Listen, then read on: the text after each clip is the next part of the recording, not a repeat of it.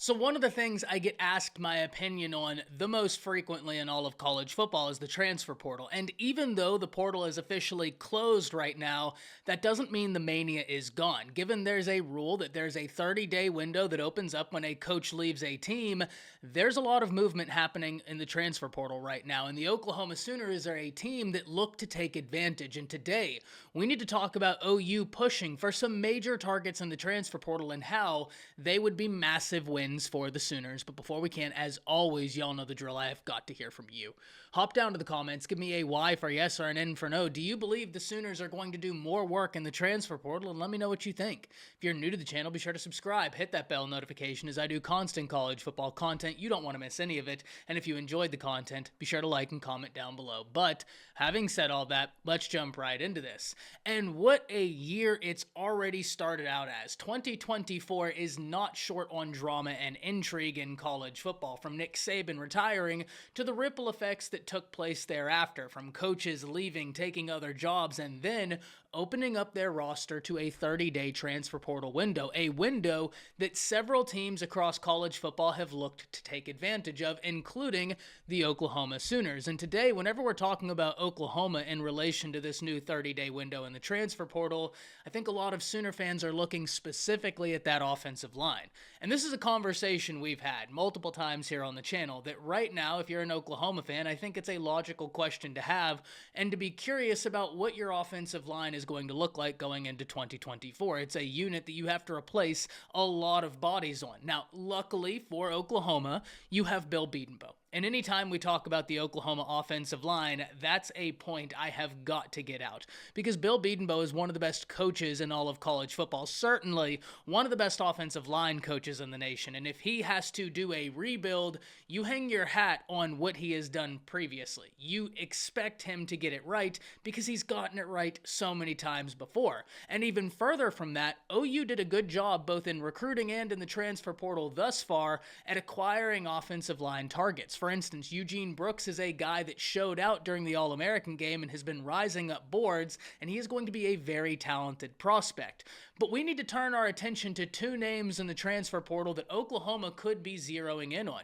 Two names that they had previous relationships with, but now they're back on the market. And of course, we need to go up to Washington, where we have to talk about Landon Hatchet and his brother, Garen Hatchet. Two offensive linemen who have proved to be productive players, two offensive linemen who contributed to the Joe Moore winning offensive line, and two offensive linemen who find themselves in the transfer portal. So with all that, let's jump right into this and why these two would be such big wins. And first and foremost, there'd be such big wins because of something we already alluded to. How much turnover is on this Oklahoma offensive line?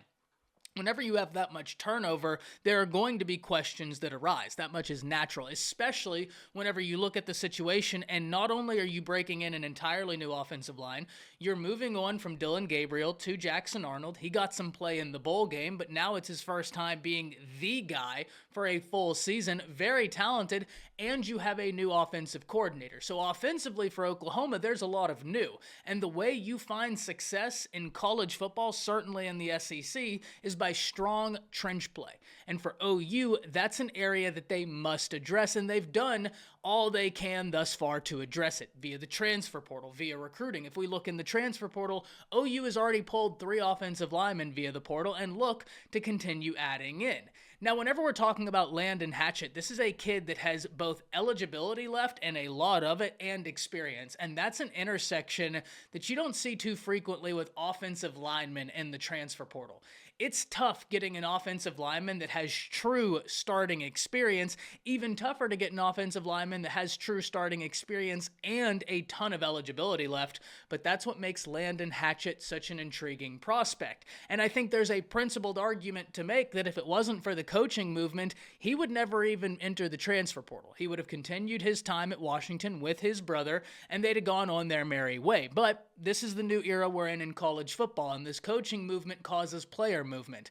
And the Hatchet brothers look to be a result of the coaching movement causing player movement. Now, at Washington, both Landon and Garen played the guard position, but in high school, Landon was able to play several different positions, and he is a big kid, standing 6'2", over 300 pounds, with his brother, Garen Hatchet, standing 6'4", over 300 pounds. Both of these guys have the ability and versatility to do several different things. However, if you are Oklahoma and if you're able to get them in here, you like their experience playing guard. Certainly playing guard at the Joe Moore award-winning level. What Scott Huff did up there with that Washington offensive line was compelling, and it's a reason why every time one of their offensive linemen enter the portal, everybody is calling engaging interest, because they were that good as a unit. And if you're able to get multiple guys off of a unit, I think that's big. Now, you may be asking yourself, why would that be big, being able to pull two guys from the same unit? It's because they already have an understanding. They already know each other, and they already have an existing relationship. And when we're talking about the offensive line, being able to gel as one cohesive unit, that's big. That is a must. If you're able to land both Garen Hatchet and Landon Hatchet, that would go a long way. If they were to both start at guard, for instance, that would go a long way into making a cohesive unit, because those two, they already understand what it's like to play alongside of one another at the Power 5 level. And for Oklahoma, that would be a massive win. Listen, we understand that Oklahoma has Bill Bedenbaugh, and that whenever he gets his hand on the talent, he is able to mold them and able to develop them at the highest rate. But I still think that Oklahoma is looking in the transfer portal for offensive line targets for a reason. Yes, they like what they've been able to pull thus far out the transfer portal. Yes, they like what they have on roster and what they did in recruiting, but they understand that depth is necessary. And if you can get depth that has starting experience and some eligibility left, you don't argue with that. And when we look at Garen, he may not have the eligibility of his younger brother Landon Hatchet, but he does have starting experience, and that in and of itself is incredibly compelling. He's been coached up really well, which is another factor we talk about all the time, depending on the school these guys come from. Certain schools, whenever their players hit the transfer portal, they're gone almost instantly, and the reason why is quite simple.